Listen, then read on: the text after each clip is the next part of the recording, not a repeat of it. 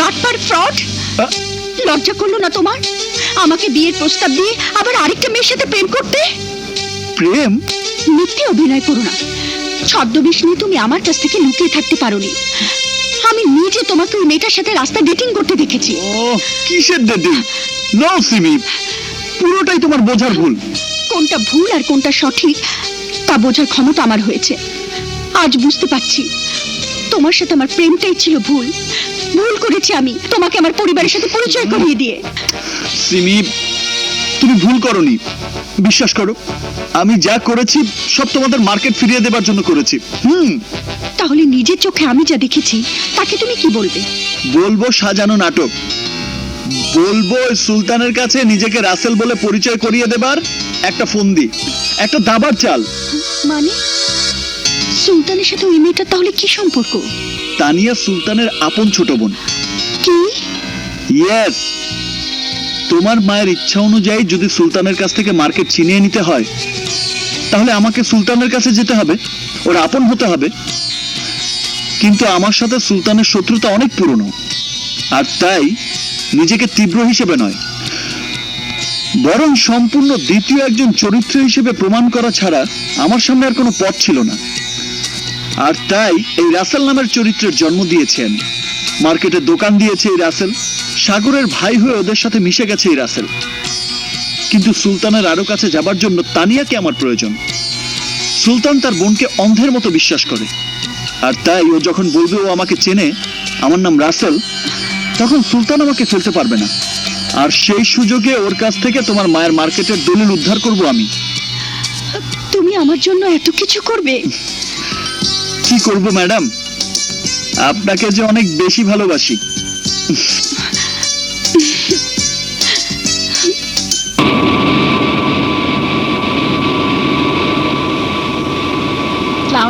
ওয়ালাইকুম আসসালাম।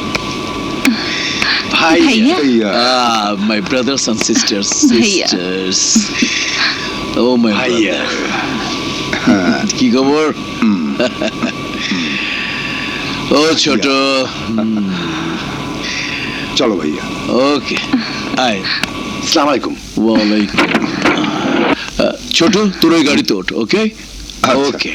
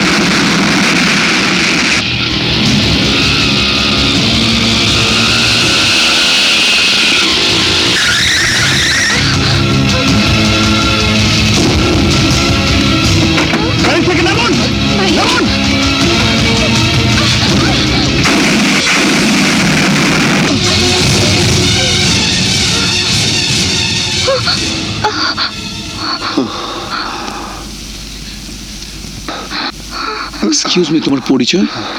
আমি মানে ভাইয়া, ও রাসেল। তুই ওকে চিনিস নাকি? জি ভাইয়া। কিন্তু আমার তো মনে হয় ও তীব্র। না ভাইয়া, ও রাসেল, আমাদের মার্কেটে দোকান দিয়েছে। হ্যাঁ, ও তীব্র না, ও রাসেল, আমার দেশের মানুষ। আমার মা ওকে আমার কাছে পাঠিয়েছে, আমি ওকে চিনি। Thank you Rasel. আজ তুমি শুধু আমার জীবন বাঁচাওনি, আমার বোন ভাই সবার জীবন বাঁচিয়েছ। আজ থেকে আমি ওয়াদা করছি তুমিও আমার ভাই। এসো ভাই, আমার বুকে এসো।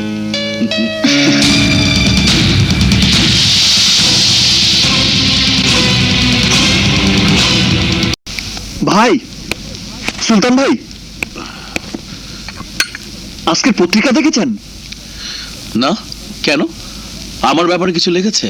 হ্যাঁ, এই যে মমতাজ চৌধুরী নামে এক মহিলা শিমুলতলি মার্কেট দোকানদারদের নামে লিখে দেওয়ার ঘোষণা দিয়েছে। কি মমতাজ মানে এজাজ চৌধুরীর বউ? হ্যাঁ ভাই, কোনো কিছু মনে না করলে একটা কথা বলবো? বলো।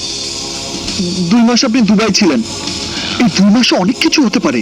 একবার চিন্তা করে দেখুন, 2 মাস পর আপনি শহরে ঢোকা মাত্রই আপনার গাড়িতে বোমা, এরপর মমতাজ চৌধুরীর বিজ্ঞাপন।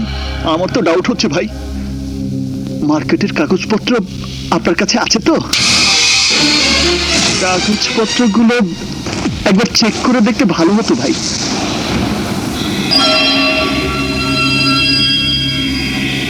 তুমি এইখানটায় দাঁড়াও, কাউকে ভেতরে আসতে দেবে না। আমি একটু উপর থেকে আসছি, প্লিজ। জি ভাই। Thank you.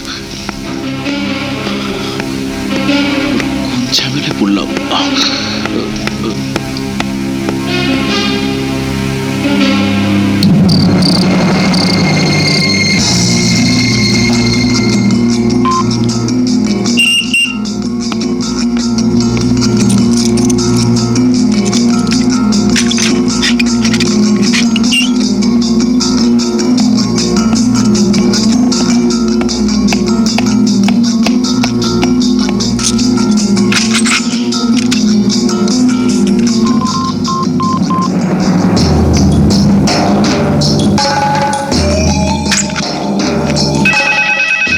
ভাই দাঁড়াও, তোমাকে ভেতরে আসতে কে বলেছে? ভাই, আপনার ফোন এই যে। হ্যালো, কেটে দিলি কেন? তা তো জানি না, কিন্তু ফোনটা তো বেজেছিল। আচ্ছা ঠিক আছে, তুমি যাও, আমি আসছি। তুমি আচ্ছা। যাও।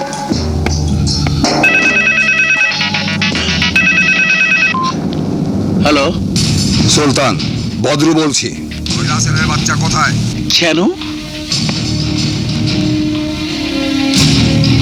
গাড়িতে কে বোমা ফিট করেছিল এইমাত্র জানতে পারলাম। বোমা ফিট করেছিল তীব্র রেজিস্ট্যান্ট আবুল।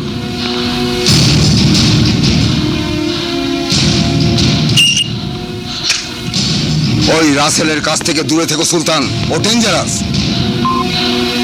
কে তুই?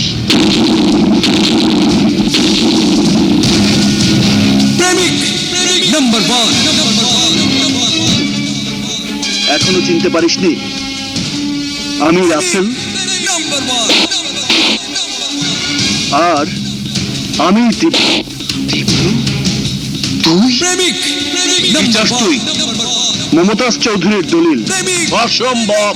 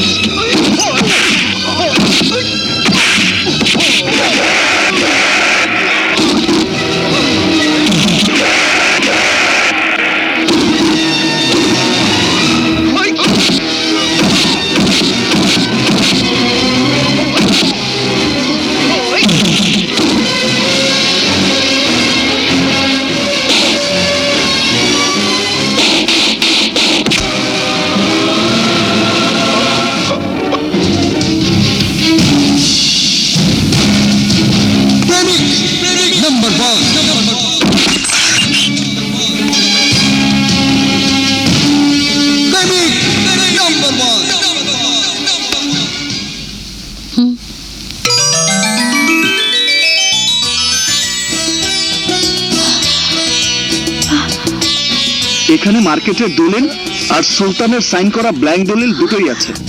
চাইলে এই দলিল ব্যবহার করে আজই আপনি মার্কেটের দখল নিতে পারেন।